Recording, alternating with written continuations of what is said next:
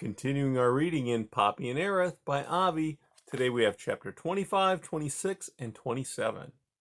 Chapter 25, Poppy and Bounder. Bounder shoved his wet nose against Poppy's small, furry chest. His grinning lips curled back so that all of his sharp white teeth were visible, his breath heavy with the stench of whatever animal he had most recently eaten. Washed over her like a rancid rag. Terrified, Poppy shrank back against the tunnel wall, her heart beating furiously. "Well now," said Bounder, "it's been quite a while since you and I have met, hasn't it?" Poppy was too frightened to reply. "Actually," the fox went on, "I've been watching you for some time, ever since you stuck your cute pink nose round the bend in that tunnel. What were you doing back there?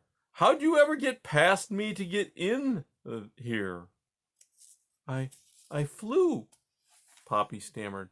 "Flew?" said the fox as he settled himself while putting his other paw down. He now had a paw to either side of Poppy, trapping her. A bat brought me," said Poppy, struggling to keep herself calm. The more she and the fox talked, the better her chances were of escape.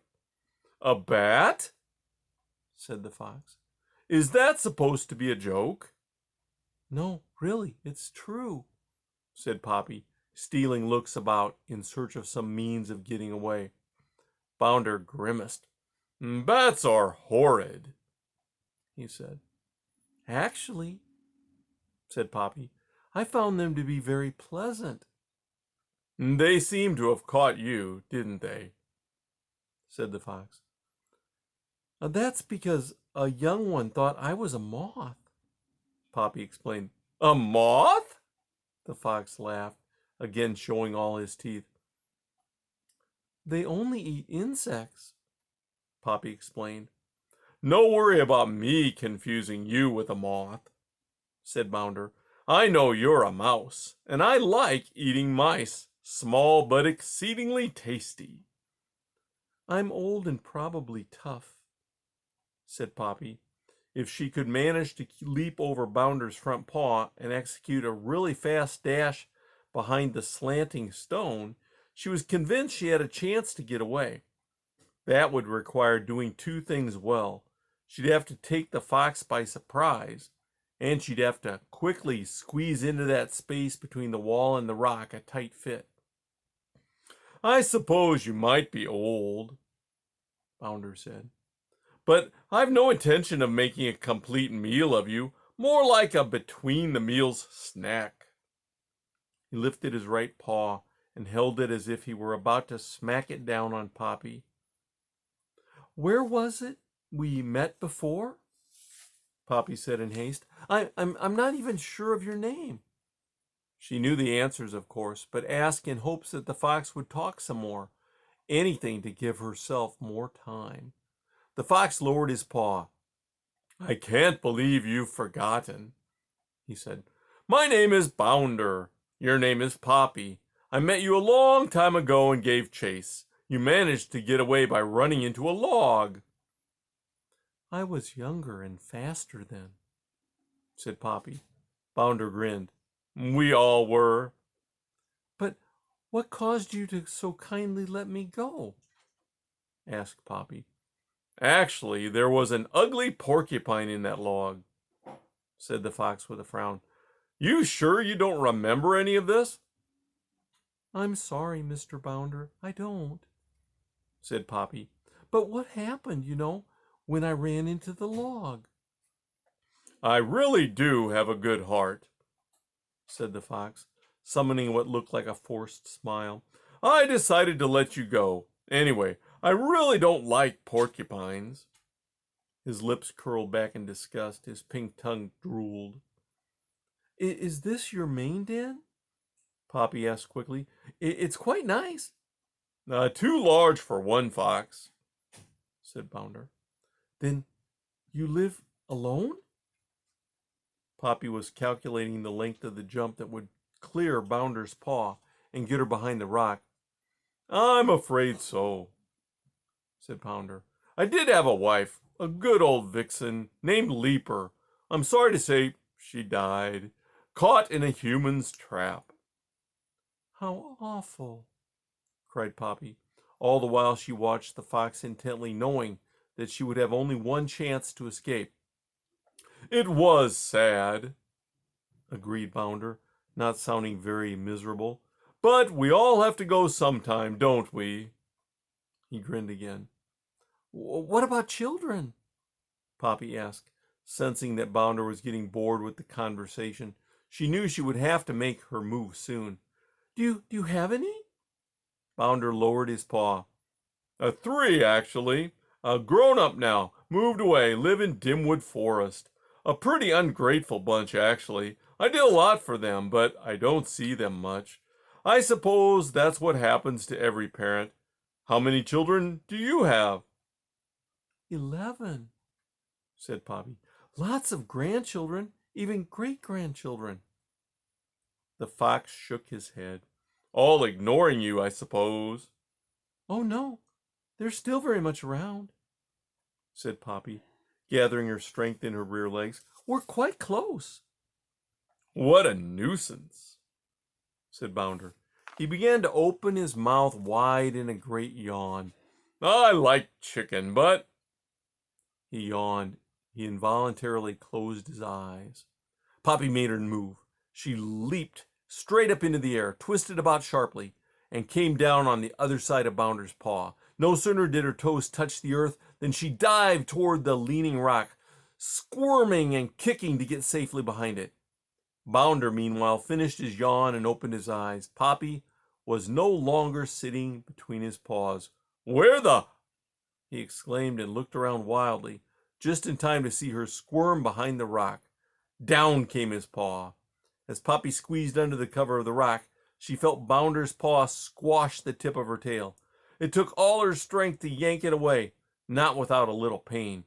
Once free, she crouched down behind the rock, trembling. She was safe for the moment. That's the end of chapter 25. Chapter 26, Spruce Sees What's Bad. A cheerful Spruce continued to amble along, reassured that he was truly heading toward Glitter Creek. Hadn't the rabbit said so? Besides, it felt good being out in the forest on his own. None of his brothers or sisters would have done so. Yes, the rabbit's warning puzzled him, but everybody knew rabbits were skittish. What could possibly be so bad? Well, yes, the heat was awful, but still, maybe it's a fox, thought Spruce. Maybe it's an owl. Maybe it's a human. Maybe it's nothing. I'll bet the rabbit was just timid. Not like me, Spruce told himself with pride. A little further on, the trees thinned enough so that Spruce could see a good deal of the sky. The more he saw of it, the hazier the sky appeared, rather like a fog.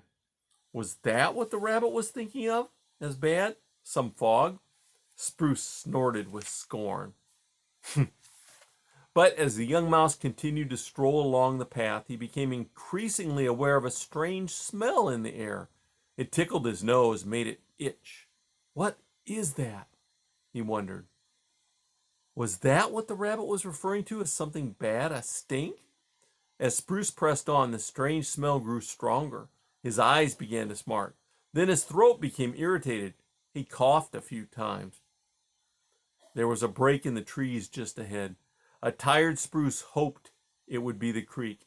When he got there, he would take a quick look about for Grandma Poppy. If he did not find her, he would go home.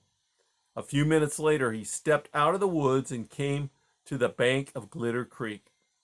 The path he'd been following had led him to the old wooden bridge that crossed the creek. On the Dimwood Forest side of the bridge, not far from where Spruce emerged from the forest, stood an old dead and charred tree. It looked as if it had been struck by lightning a long time ago. As for the bridge, it was nothing more than a decaying wooden planks placed side by side and thrown across the creek bed. But on the far side of the bridge, a hill, was a steady boil of what looked like a cloud. But it was a cloud that puffed, billowed, and churned with fierce energy. The cloud was quite dark in some spots. In other places, it was white.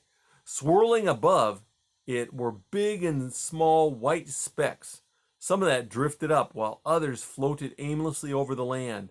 As Spruce gazed at it, he saw that within the cloud were red and gold bits, glowing and winking. He heard noises too, snapping, crackling, and crinkling sounds, as well as a steady whoosh of wind. The young mouse stood transfixed.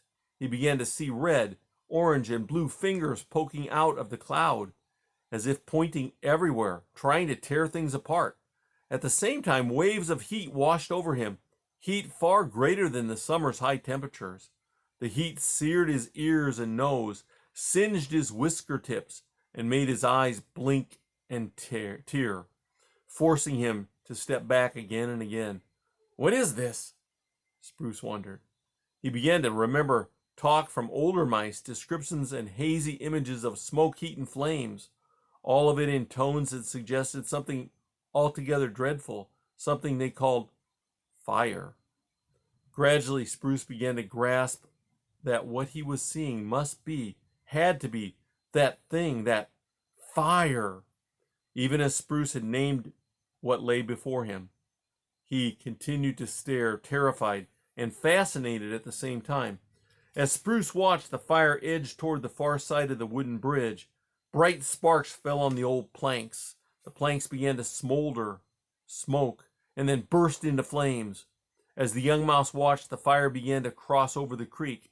Suddenly, Spruce understood. That fire could catch me! Turning, he dashed back along the path toward home. He had not gone very far when he spied a hole partially hidden beneath a rock. He stopped, went to the hole, and sniffed to make sure no one was in it, that it was safe. He darted a look back. The fire was still there, advancing slowly. He dived down into the hole. Once inside, he turned around and peeked out, watching with a terrified fascination as the fire crept slowly in his direction. And chapter 27, Poppy tries to escape. You pesky, sneaky mouse, yelped Bounder, jumping up and shoving his paw behind the slanting rock as far as he could, trying to lull me with your friendly talk. Poppy squirmed further along the gap. Though it was impossible to stand, she managed to turn about to face the probing paw with its sharp claws. Momentarily, the claw pulled back, only to be replaced by the glaring brown eye of the fox. You can't get away, Bounder snarled. Next moment, he withdrew his face and shoved his paw in again.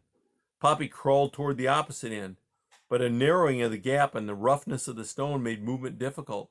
Then, even as she approached the end, she saw the fox peering in at her from that side. Give up, barked Bounder. Poppy scampered back to the middle of the rock.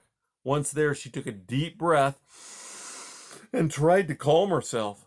Bounder was looking in from one side, leaping around, growling and yapping, then looking in from the other side. His barking boomed in Poppy's ears, deafening her. I'll just have to wait, Poppy said. She hugged herself and tried to push away all thoughts of hunger and thirst. It did not take long before she became aware that the rock slab was shaking. She looked one way and then the other. At the end closest to the cave entrance and her path of escape, Bounder had wedged his paw deep into the gap. Though still safe from his grasp, it was perfectly clear to Poppy that the fox was trying to topple the slanting stone. If he succeeded, Poppy would be in the open. She would have no choice. She'd have to run for it. But which way? The rock moved some more. Give up gracefully, bade the fox. Accept your fate. Poppy made up her mind not to go back into the tunnel. He'll only outrun me, she thought. Anyway, there's no real safety that way. My best chance, my only chance, is to get into the open. At least I'll have room to maneuver. Bounder snorted, snarled, and grunted. The rock shook and moved some more. I'm going to have to run for it, Poppy warned herself. She put herself in the best position. Then she had a new idea. The last thing he'll expect is if I go directly at him, right into his face. It's risky, but here's hoping. Bounder had shifted the stone enough so that he was able to get his 2 front paws behind it, then his nose. Poppy was sure it was only a matter of seconds before the rock flipped over. It was already beginning to totter. She braced herself to leap. With a final push, Bounder shoved the rock away from the wall. For a second it stood upright, teetering. Then it tumbled away from the wall, landing with a noisy clatter. Completely exposed, Poppy leaped right at Bounder's face. Just as she was about to reach his nose, the fox jerked up one of his paws and batted her down to the ground. Turning a somersault, Poppy came down hard. Stunned and groggy, she staggered up, knowing that she must run. For a moment, Bounder was unsure where Poppy had landed and was still searching for her. Poppy dived forward out of the cave's entrance, which opened to Dimwin Forest. "Run," she told herself. "Run!" But what Poppy saw next brought her to a complete standstill. She stood absolutely still, staring with horror. Smoke was rising from Bannock Hill. Amid the smoke were bright red flames. "Fire!" cried a stunned Poppy. "Fire! Moving toward the forest!" And that's the end of chapter 27.